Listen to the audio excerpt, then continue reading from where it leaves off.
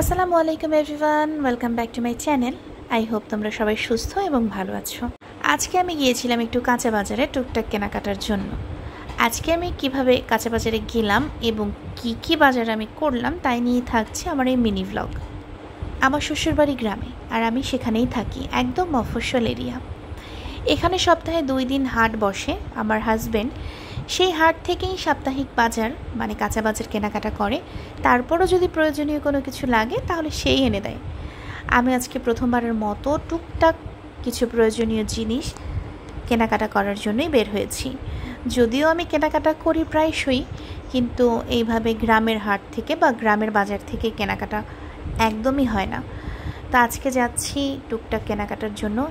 এই তো বাসার সামনে থেকে একটা ভ্যান পেয়ে গিয়েছিলাম, ভ্যান নিয়ে চলে গেলাম বাজারে। এটা যেহেতু আমার শ্বশুরবাড়ির এলাকা, তাই আমার কিছু জিনিস মেনটেন করতে ভালো লাগে। এই এলাকায় সবাই আমার শ্বশুর এবং ভাসুরদের সম্মান এবং শ্রদ্ধা করে, তাই আমার মনে হয়েছে যে আমার কিছু জিনিস মেনটেন করা উচিত। আমার আজকে বাজারে এসে বেশ কয়েকজন পরিচিত মানুষদের সাথেই দেখা হয়ে গিয়েছে।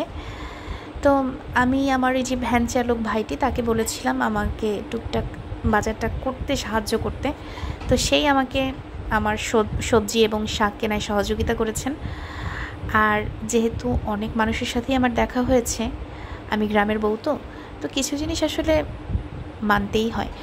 সেক্ষেত্রে আমি অনেক কিছুই আসলে ভিডিও করতে পারিনি, তবে আমি কি কেনাকাটা করেছি সেটা অবশ্যই আপনাদের সাথে শেয়ার করব ভিডিওর শেষে। এই শাকটা উনি দেখে বেছে আমাকে কিনে দিয়েছেন এবং দাম দরও উনিই করেছেন। সেইভাবে কাঁচা বাজার করার অভিজ্ঞতা আমার একদমই নেই। আমার বিয়ের পর থেকে আমার হাজব্যান্ড সব বাজার নিজেই করে। বিয়ের আগে যখন আমি হোস্টেলে ছিলাম তখন কিছু বাজার করেছি, সেটা যে আহামরি খুব ভালো ছিল তেমনটাও কিন্তু না। শাশুড়ির জন্য একটু পান সুপারি নিয়েছিলাম, যদিও সুপারি না, পানটাই কিনেছিলাম।